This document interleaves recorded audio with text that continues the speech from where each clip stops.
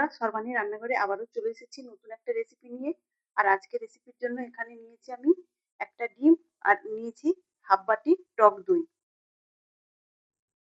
প্রথমে এই ডিমটাকে ভেঙে মিক্সিং বোলের মধ্যে দিয়ে দেব।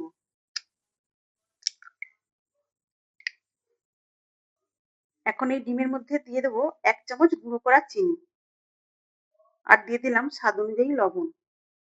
এখন একটা কাঁটা চামচের সাহায্যে ডিমের সঙ্গে লবণ আর চিনিটাকে খুব ভালো করে ফেটিয়ে নিতে হবে।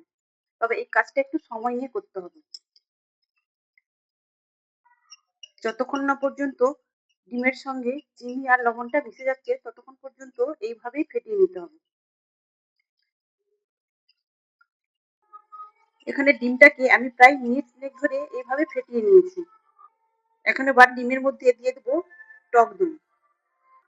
টক দইটা দেওয়ার পরও আবারও ভালো করে সবকিছু ফেটিয়ে নিতে হবে। আমি এখানে গুঁড়ো করা চিনি দিয়েছি। আপনাদের হাতের কাছে এরকম গুঁড়ো করা চিনি না থাকলে আপনারা নর্মাল চিনিটাও দিতে পারেন। তবে ডিমের সঙ্গে মেশাতে সেটা একটু সময় লাগবে। টক দইটাও আমি ডিমের সঙ্গে খুব সুন্দর করে মিশিয়ে নিয়েছি। এখন আমি নিয়েছি 1 বাটি ময়দা। আমি যে বাটির মাপে হাফ বাটি টক দই নিয়েছিলাম সেই বাটির মাপেই 1 বাটি ময়দা নিয়েছি। ময়দাটা দিয়েও প্রথমে আমি কাঁটা চামচের সাহায্যে খুব সুন্দর করে মিশিয়ে নেব। আর এইভাবে মিশিয়ে একটা সফট ডো বানিয়ে নিতে হবে। তবে এই ডোটা শক্ত করা চলবে না, নরম করেই মাখতে হবে। আমি ময়দাটাকে খুব সুন্দর করে মিশিয়ে নিয়েছি। এখন আমি হাতের সাহায্যে খুব সুন্দর করে মেখে নেব। তবে তার আগে এর মধ্যে দিয়ে দেবো 1 চামচ রিফাইন্ড তেল। আমি বড় চামচের 1 চামচ রিফাইন্ড তেল দিয়ে দিলাম। এবার হাতের সাহায্যে আমি খুব সুন্দর করে মেখে নেব। যেহেতু এর মধ্যে রিফাইন্ড তেল দিয়েছি আর হাতে লেগে যাওয়ার সম্ভাবনা থাকবে না, সুন্দর করে মাখা হয়ে যাবে। বন্ধুরা, আপনারা অনেক রকম ভাবে ডিম পরোটা খেয়েছেন, তো একবার এইভাবে বানিয়ে দেখতে পারেন। পরোটাগুলো যেমন নরম হবে আর তেমনি খেতেও দারুণ টেস্টি হবে।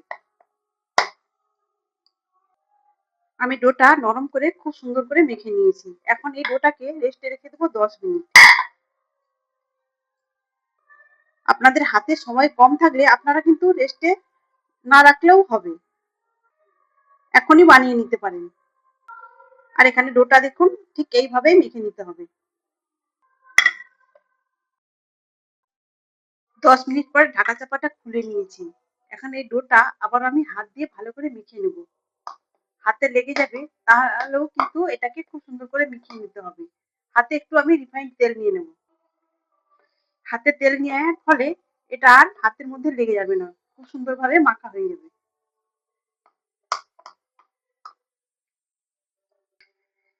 এটা আমি সুন্দর করে মেখে নিয়েছি। এখন এখান থেকে বড় বড় করে লেচি কেটে নেব।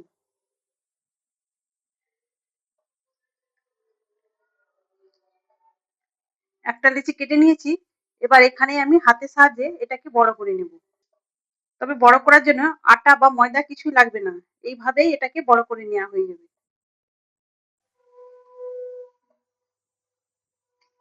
তবে খুব বেশি পাতলা করা যাবে না, একটু মোটা রাখতে হবে। একটা লেচি থেকে এইভাবে আমি একটা রুটির মতো করে তৈরি করে নিয়েছি। এখন এটাকে ভেজে নেব। ভেজে নেওয়ার জন্য গ্যাস অন করে একটা ফ্রাইং প্যান বসিয়ে দিয়েছি। ফ্রাইং প্যানটা গরম হয়ে গেছে। এখন তৈরি করে রাখা রুটিটা দিয়ে দেবো। প্রথমে শুকনো অবস্থায় রুটিটা এপিঠ ওপিঠ সেঁকে নেব। এক পাশটা সেঁকা হয়ে গেছে, এখন অন্য পাশটা সেঁকে নেব। আমি এই রুটির দু পাশটাতেই সেঁকে নিয়েছি। এখন সাইড থেকে অল্প করে রিফাইন্ড তেল দিয়ে দেব। রিফাইন্ড তেল দিয়ে দু পাশটাতে ভালো করে ভেজে নিতে হবে। আপনারা সকালের ব্রেকফাস্ট কিংবা স্কুল অফিসের টিফিনের জন্য এইভাবে ডিম পরোটা বানিয়ে নিতে পারেন। এমনিও খেতে ভীষণ ভালো লাগবে। তাছাড়া আপনারা কিন্তু যে কোনো রেসিপির সঙ্গে খেতে পারেন। এই পরোটাগুলো এমনিতেই খেতে দুর্দান্ত স্বাদের হবে। এইভাবে চেপে চেপে দুই সাইডটাতে ভেজে নিতে হবে। এখানে পরোটাটা দুই সাইডটাতে আমি সুন্দর করে ভেজে নিয়েছি। আর দেখুন কতটা দেখতে সুন্দর লাগছে। এখন আবারও একটা পরোটা ভেজে নেবো। তার জন্য গ্যাসের মধ্যে ফ্রাইং প্যানটা আবারও বসিয়ে দিয়েছি আর গ্যাসের ফ্লেমটাকে লোতে করে দিয়েছি। এখন একটা লেচি নিয়ে এর মধ্যে এইভাবেই বড় করে নেব। ফ্রাইং প্যানের মধ্যে এইভাবে হাত দিয়ে বড় করে নেওয়া যাবে। তাছাড়া একটা বাটির সাহায্যেও এইভাবে চেপে চেপে এটাকে বড় করে নিয়ে যেতে পারে। এখানে দেখুন বন্ধুরা, ফ্রাইং প্যানের মধ্যে কত সুন্দরভাবে একটা রুটি তৈরি করা নেওয়া হয়ে গেল। এখন গ্যাসের ফ্লেমটাকে মিডিয়ামে করে দিয়ে এটাকেও এপিট ওপিট সেঁকে নিতে হবে শুকনো অবস্থায়। আর এগুলো ভাজতে খুব বেশি তেলেরও প্রয়োজন হবে না। কিরকম ভাবে সবকটাই ভেজে নেব। এখানে আমি একে একে সব পরোটাগুলো ভেজে নিয়েছি। আর এই পরোটাগুলো দেখুন কতটা নরম হয়েছে। তাহলে বন্ধুরা, আজকের এই রেসিপি আপনাদের কেমন লাগলো অবশ্যই কমেন্ট করে জানাবেন। তাহলে বন্ধুরা, আজকের মতো আসি। সবাই ভালো থাকবেন, সুস্থ থাকবেন। ধন্যবাদ।